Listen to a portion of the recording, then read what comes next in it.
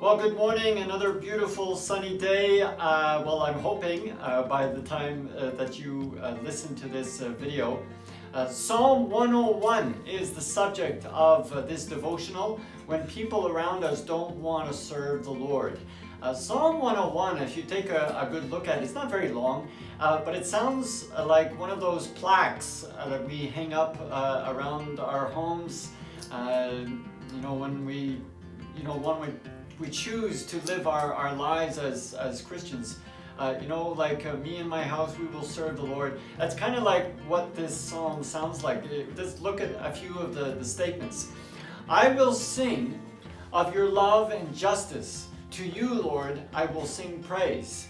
I will be careful to lead a blameless life. I will conduct the affairs of my house with a blameless heart. I will not look with approval on anything that is vile. The perverse of heart shall be far from me. I will have nothing to do with what is evil. Whoever has haughty eyes and a proud heart, I will not tolerate. No one who practices deceit will dwell in my house. No one who speaks falsely will stand in my presence. Really high standards, and certainly the kind of standards that we want to live as Christians. But that, you see what I mean when I say that it kind of feels like it's one of those plaques that you would put on your wall. I guess we all try to set standards of how we will live. The problem comes when we meet other people who are not and have no intention of living according to such standards. 1 Corinthians chapter 5 is clear that we shouldn't try to impose Christian standards on non-believers. But even when it comes to the family of faith, I think there should be guidelines when speaking to them about our standards, or maybe if we believe they should live according to our standards. These are the guidelines. Number one, seek guidance.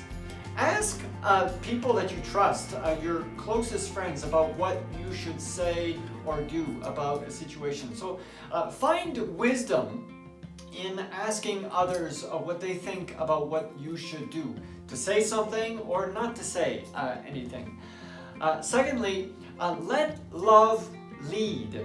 Let people know by your words and your actions that that love and care for them is always the main concern, rather than just a distaste for how they're living, right? So that's never the right motive. So let love lead. Thirdly, keep it private. And this is an important one. Matthew chapter 18 kind of gives guidelines as to going from a process to one-on-one conversation to bringing in a few trusted friends, and then maybe later a leader. But again, this is for the family of faith. It's for believers. But most of the time, it's better not to break trust with people by sharing with others about the standards or lack of standards in another person's life. Fourthly, be humble.